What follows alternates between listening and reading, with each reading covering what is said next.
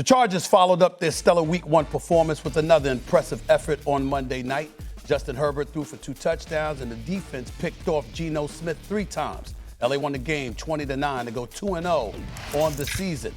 With the Chargers off to a fast start, they are now favored over the Chiefs to win the AFC West. It's their first outright lead in the division since 2021 Week 5, when they started 4-1, but missed the playoffs that season. In the house with yours truly, Swagoo himself, the one and only Mark. What's up, brother? And this crazy dude right here, Chris Canty.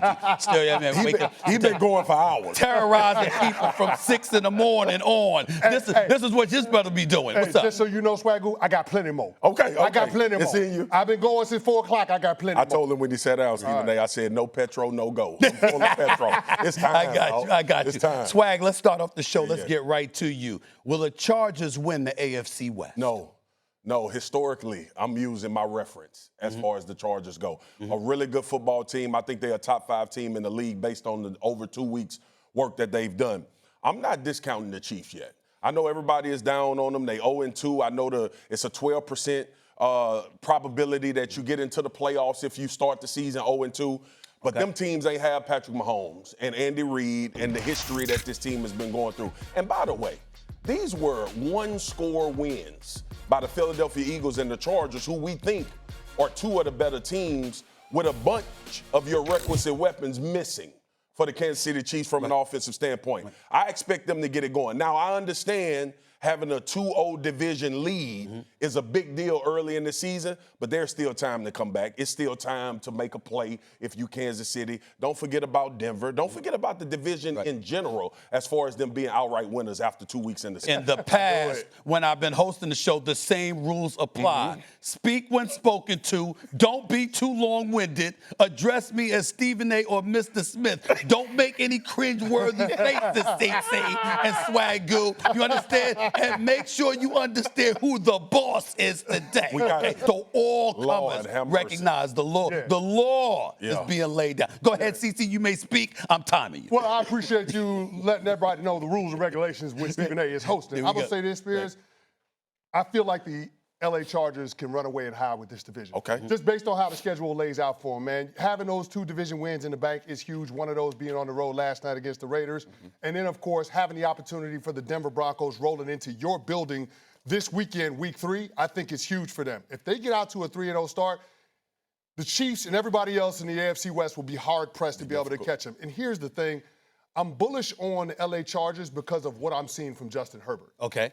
And Jim Harbaugh has proven throughout the course of his coaching career, college and pro, that he knows how to get the best out of quarterbacks.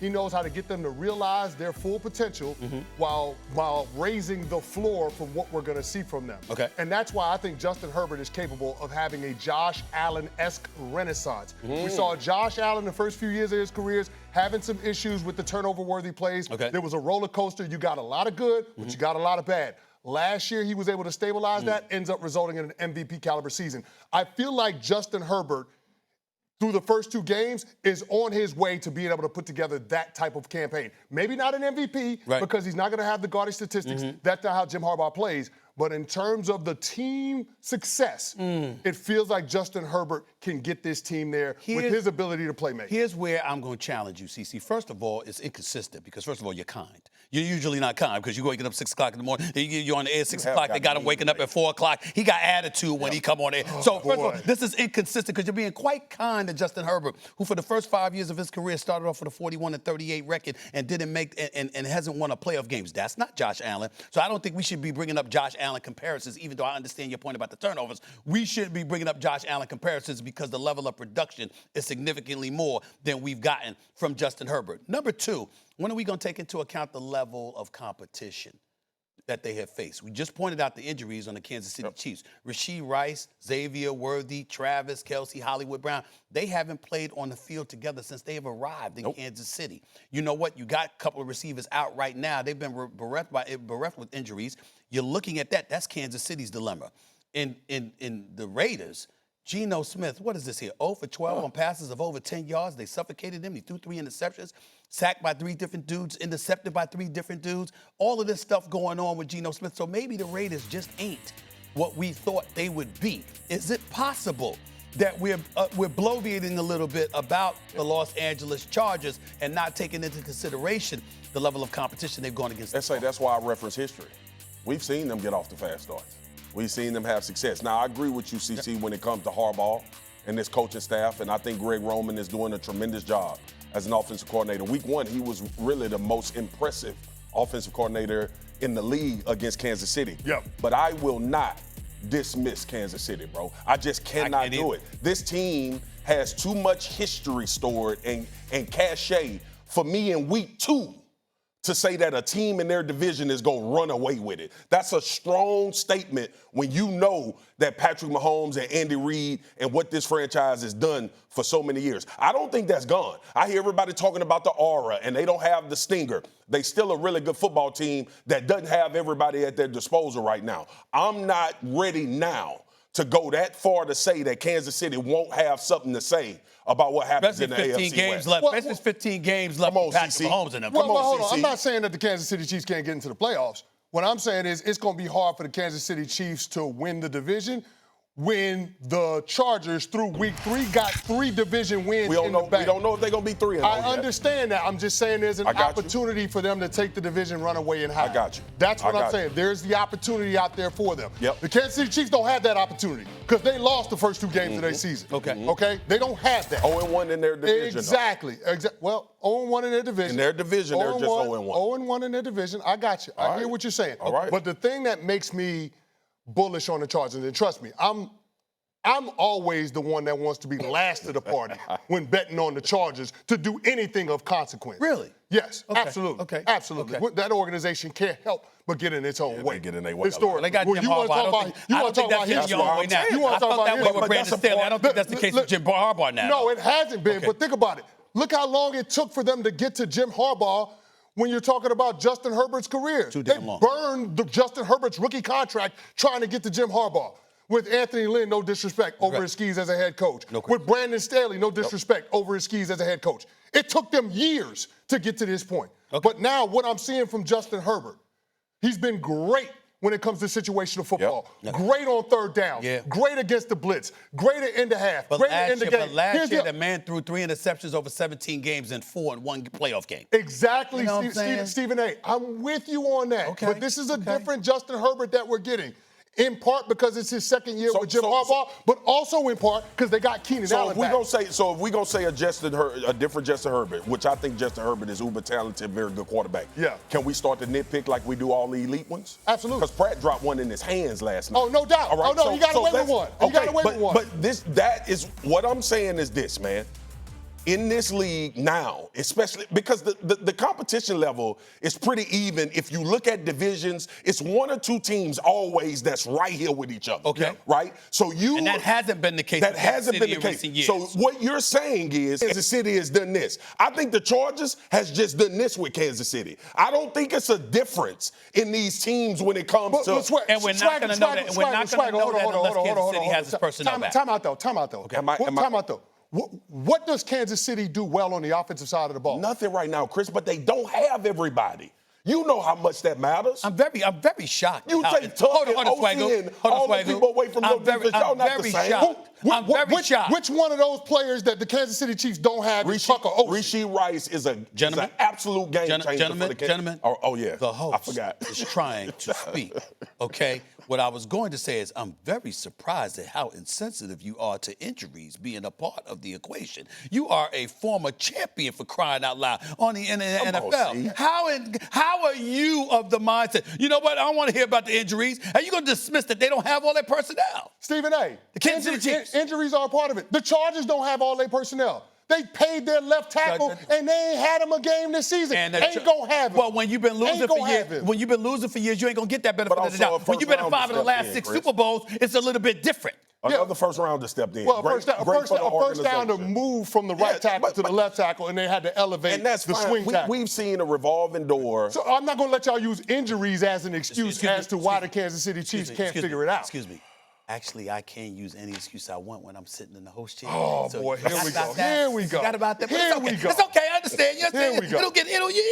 You'll get used to it. See, I just got to give them benefit of the doubt, man. That's right. Like, and we talking about, come on, man. We talking about production. Didn't I say it was time for me to move on? All right, Don't let me tell you again. Don't let me tell you again. This is going to be a problem for us. Another headline to come out of last night's game came from off the field. Tom Brady, the GOAT, was spotted in the Raiders coaching booth during the game wearing a headset. Brady, who's a minority owner of the Las Vegas Raiders, also broadcasts games for Fox. But this role hasn't stopped his involvement with the Raiders. Post-game, Pete Carroll shared the impact Brady has had with the team.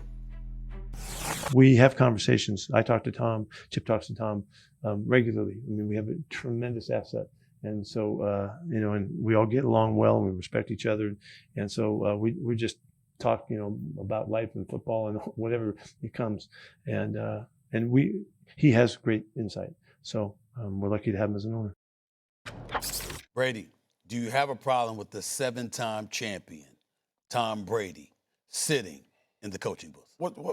What that got to do? Don't say. I'm just asking. asking. Say Tom Brady. Don't say. I mean, he's a 7-time champion. He's a 7-time champion. I think it's appropriate to mention the fact that he's a 7-time champion is sitting in the coaching booth. He got a lot of them things. Chris Canty, I know what it is. Your thoughts? Hell no, I don't have a problem with it. Okay. I don't. And I'm just going to assume, because of the history with Tom Brady and all of the scandals that he's had around cheating in the NFL, that he's doing something to gain an unfair competitive advantage. But I'm here for it because that's the nature of the business. That's the industry. If you have the opportunity to glean information from opposing head coaches and opposing star players, then why wouldn't you do that to help move your organization's agenda forward, to help build your organization's program? I have no problem with Tom Brady serving in this role for the NFL, massaging the rules as opposed to what they were last year, changing them to adjust to Tom Brady being a part of the entertainment product as a whole. And if Brady is using all of that to his advantage for a franchise where he's a minority investor, God bless him. Yeah. I have no problem with it. Your thoughts, Swagger? I hate it. It's abhorrent for me, for his job. I love it for his team. You 5% owner of the Las Vegas Raiders. Sit wherever the hell you want to sit at the game. If you want to be on the sideline with a headset on, go be on the sideline with a headset. The Colts owner is. This should not happen with him being a commentator of NFL football games. It actually questions the integrity of the NFL. Now, teams have to be smart and not divulge information when he's on a call, because at some point the Raiders are going to play the teams that he's sitting in on these meetings. And I don't know if anybody knows, and you know this, there's information shared when you have these pre-production meetings for games. There's plans that coaches have.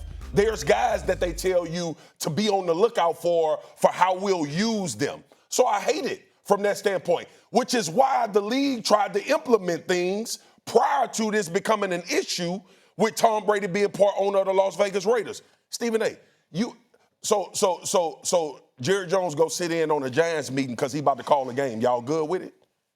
No. So why are we? What's the difference? Listen. Here's what. Sitting in on a team meeting or a position meeting is a different thing than doing Chris, an interview I'm talking about with media meetings. Oh, okay. For dudes that call games? Hey, man. Bro, it ain't no way y'all good with this. Spears, we gonna pretend that teams in the NFL don't do things to try to gain a competitive advantage. And I have no problem with that. You gonna pretend that doesn't exist. Chris. Come on now. Chris, you okay with owners sitting in pre-production meetings and listening to a team that they about to commentate I'm okay with Tom Brady doing it because Tom Brady helps the NFL with their ultimate objective, which is driving revenue. But go ahead. Stephen A., that is the point. No. Because Tom Brady is an outlier. This is one of one. So trying to compare it to Jerry Jones or trying to compare it to Art Rooney or trying to compare it to John Mara, it doesn't work. What's his role? What's his role with Las Vegas? He's a part owner. I'm struggling to understand what your issue is with an owner of the team sitting in the coaching box. Well, I mean, when you talk about I'm not talking about the coaching box. I hate it for his job, which is to be a commentator. Okay. Love it for his team. No, all right. But so in other words, what you're saying is, hold on, guys. So as a commentator, yes, you're saying that him going to opposing teams, interviewing them before the games and things of that nature gives him access to information, that he can then take back to the Las Vegas Raiders to utilize it. You damn right. But hold on, you said you hated for his job. How does that impede him doing his job? His job is his job is to commentate football games live. That's his job. Yeah. That's what Fox is paying him for. Yeah. Right? Yeah. He's sitting in meetings, doing pre-production meetings with quarterbacks, head coaches, offensive coordinators, talking about the game. What's your plan for the game? What players should we be looking for? How is your quarterback playing? What kind of plan do you have in place? And then I'm the co-owner sitting in the coach's box with the Las Vegas Raiders? Come on, Chris. Y'all don't see. What am I not explaining clearly? I take it from here. I'll take it from here. I understand exactly what Swagoo is saying. Listen, what I would say to you in response to that, Swagoo, is that to me, as the minority owner for the Las Vegas Raiders, he has a right to do whatever he wants to do. With the Raiders. With the Raiders. Absolutely. Right? Then it's Fox's responsibility to decide whether or not it's in their best interest, and it's the NFL's responsibility to understand whether or not it's in their best interest to have him as a commentator, thereby allowing him the access that he has to opposing teams. Absolutely. You know, and the information that he ultimately can take back to the Raiders. The point that I'm making is I don't have an issue with what Tom Brady is doing because as a minority owner for the Las Vegas Raiders, he's free to do what he wants to do. And why should he turn down $37.5 million a year to call games? Absolutely. I ain't mad at him at all. But if you're the National Football League or you are Fox, then you have a decision to make as it pertains to that. We can't, I get what your point is. I'm just saying, let's not act like Tom Brady is doing anything wrong. Maybe it's the NFL, maybe it's Fox, but it ain't Tom Brady that's doing anything wrong. Okay. Because any of us, I know I would do it. I know if I have an opportunity to make the money that he's making calling games for Fox while still having a minority stake ownership in an NFL franchise, I'm going to take both. But Stephen A., I'm not going to have a problem with it. Listen. And I know you're not saying that you have a problem. All of that is fine.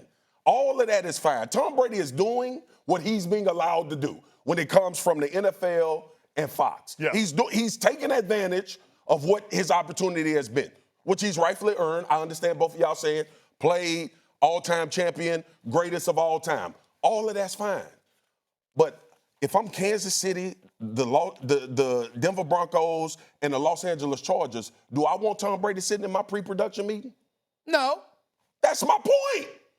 Do I want to divulge information? But you don't have to divulge information. But if you're the team, you don't have to. And that's you why don't have to. And that's why at your I said, discretion. That's why I said it's a problem. Because if they don't give him information, how does he do his job?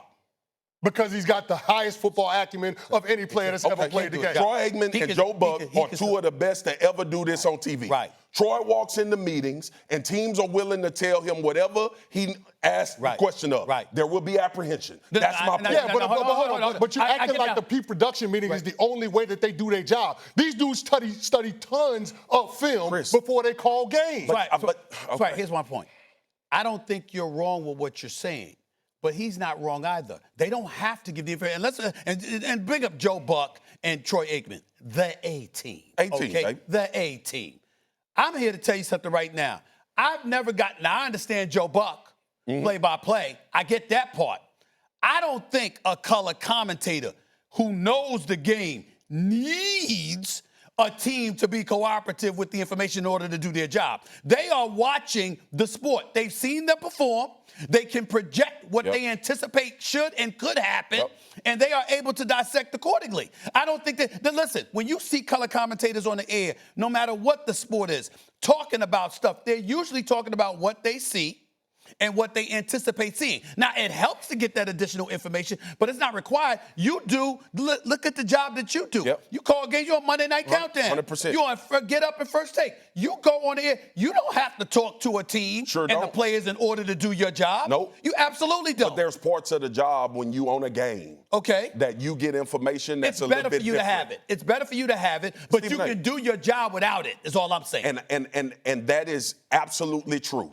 That is absolutely And Joe Buck true. can go into a room and talk to them without Tom Brady there and come to the booth and bring the information there. Y'all are not listening. The teams can do whatever the hell they want. I understand that. The team don't have to say a damn thing. They don't have to show up for the pre-production meeting. The coach don't have to talk to anybody. Nothing. The way that this has been done for such a long time. I'm going to give you another example. You know why people protect injuries so much in the NFL? You know why they don't come out until later in the week? Because they don't want the team to have an advantage. With these teams, I don't know if this guy's going to play. What are you dealing with, Coach? Those relationships are part of the reason why Troy Aikman and Joe Buck and Tom Brady and the crews have so much success, because they have information before the public does, based off those meetings. All I'm saying is there is parts of that meeting, there's parts of that job that gives you access to information that's not readily available for the public to dispose. That's all I got. Canty, I'll give you the last word.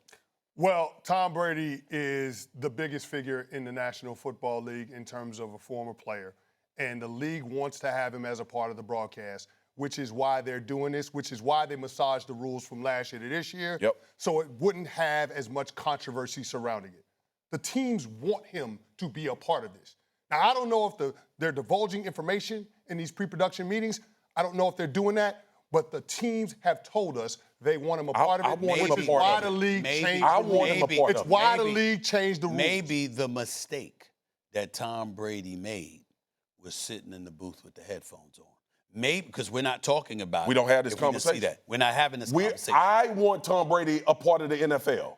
I want him in the booth. And that's not what I'm talking about. Got it. I'm talking about the rest of the league. Okay. That's it. All right. It's time for break. Okay. Get it off your chest? Yeah, it's good. Make sure that. I gave y'all more time than I usually give. Appreciate it. So be happy about that. Be happy about that.